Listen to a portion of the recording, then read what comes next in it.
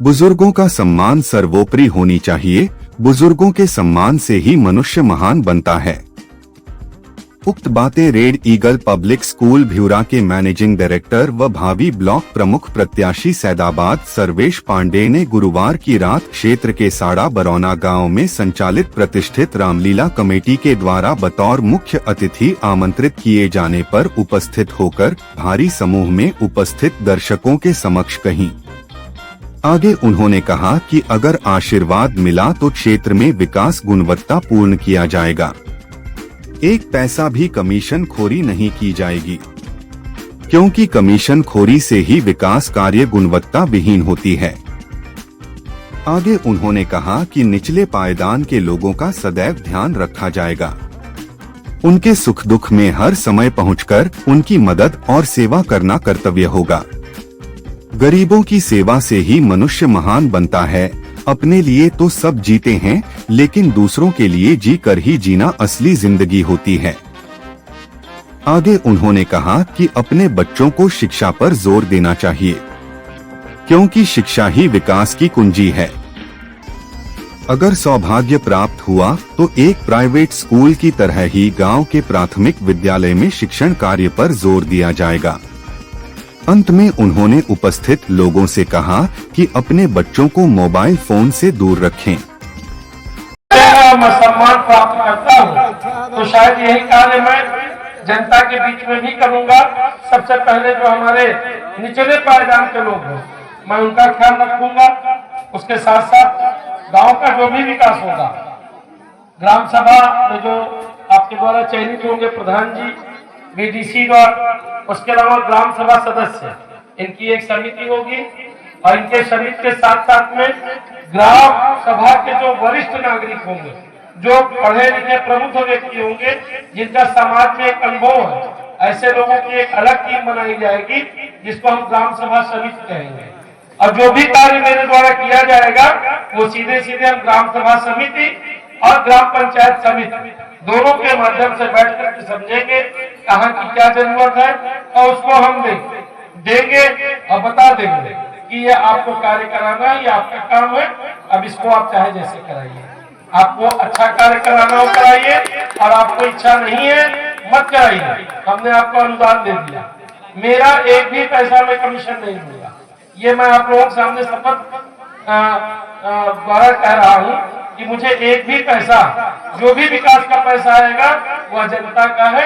क्योंकि कहा जाता है कि जब बड़ा परिवार का बड़ा व्यक्ति अच्छा होगा तो निचले स्तर के सभी लोग अच्छे होंगे। तो अगर मैं आपके ब्लॉक का मुखिया हूँ, अगर मैं नहीं लूंगा तो शायद बीडीओ और ग्राम विकास अधिकारी की भी हिम्मत नहीं पड़ेगी कि आपसे घूस ले ले। तो मेरे कहने का मतलब है कि आपकी बातों को सुना जाएगा, समझा जाएगा। साथ ही साथ आपके जो भी लड़ाई झगड़े आपसी होंगे, प्रयास ये किया जाएगा कि ग्राम सभा सदस्य और ग्राम सभा समिति बैठ करके आपके कार्य को यही जो है पूरा खत्म कर दे, विवाद खत्म कर दे, जिससे आपको तहसील और थाने में जाने की कोई आवश्यकता न पड़े। क्योंकि जितनी बार आप जाएंगे थाने में, जितनी बार आप प्रशासनिक व्यवस्था लेंगे, उतनी बार आपका शोषण होगा और आपके बीच बहुत से दलाल ऐसे होंगे जो पैसा खा जाएंगे और आपका काम भी नहीं होगा। तो मैं थोड़ा सा दूसरे टाइप का हूँ। हम लोग भी थाने में कभी कभी कहते हैं कि भैया ये काम करा दीजिए, लेकिन अगर वो कहते हैं कि हमें ये पैसा चाहिए तो हम कहते हैं मत करिए आप। और व्यक्ति से बोल देता भैया कोई आपके पास सोच लो, जाके करा लीजिए, मेरे द्वारा कार्य नहीं हो पाएगा। तो मैं अभी सभी ग्रामवासियों को कहूंगा कि आप लोग अच्छे से रहिए, प्रेम पूर्वक रहिए, मेल मिलाप करके रहिए। और बच्चों के लिए भी मैं कहूंगा कि शिक्षा व्यवस्था जिस तरह रेडिकल पब्लिक स्कूल की चल रही है, उसी तरह आपके गांव का प्राइमरी स्कूल भी होगा। क्योंकि मैं खुद जब उस पद पर पहुंचूंगा तो शायद प्राइमरी के टीचर अच्छे ढंग से आपके बच्चों को पढ़ाएंगे। ये मेरा, क्योंकि शिक्षा जगत से हूँ तो आपके लिए ये भी फायदेमंद होगा।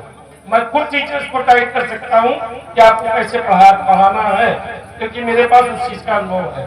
आप चूंकि रेडिकल पब्लिक स्कूल को शशिकांत वगैरह भाई साहब हैं यहाँ पे, हम लोग बहुत मेहनत करके आगे बढ़े हैं और बहुत छोटे स्तर से लेके चले हैं और आज वह पूरे एरिया का सर्वमान्य विद्यालय बन गया। तो उसी स्तर पे हम गांव के भी विद्यालय को लेकर चलेंगे। और एक बात और कहना चाहूंगा, जो भी अभिभावक और बड़े लोग हैं, आप लोग अपने बच्चों को मोबाइल फोन से दूर रखिए, क्योंकि आपके बच्चे पढ़ाई के नाम पे मोबाइल फोन लेते हैं और वो पढ़ते नहीं, उसमें गेम खेलेंगे या यूट्यूब पे पिक्चर देखेंगे। तो इन सब चीजों से बच्चों को दूर रखिए। अगर कोई बच्चा आपसे फोन मांगता है तो कह दीजिए 10 मिनट के लिए हम आपको फोन देते हैं, 20 मिनट के लिए, उसके बाद आप बच्चे से वापस लेंगे। और बच्चों को विद्यालय प्रतिदिन भेजिए, क्योंकि मैं कभी कभी प्राथमिक विद्यालय के शिक्षकों से पूछता हूँ कि आप लोग पेमेंट पाते हैं 80,000 और प्राइवेट स्कूल के टीचर पाते हैं 20,000, लेकिन प्राइवेट स्कूल में ज्यादा अच्छी पढ़ाई होती है, सरकारी स्कूल पढ़ाई क्यों नहीं होती? तो वो कहते हैं कि बच्चे स्कूल नहीं आते और गार्जियन को हम लोग कहते हैं तो बच्चों को भेजते भी नहीं।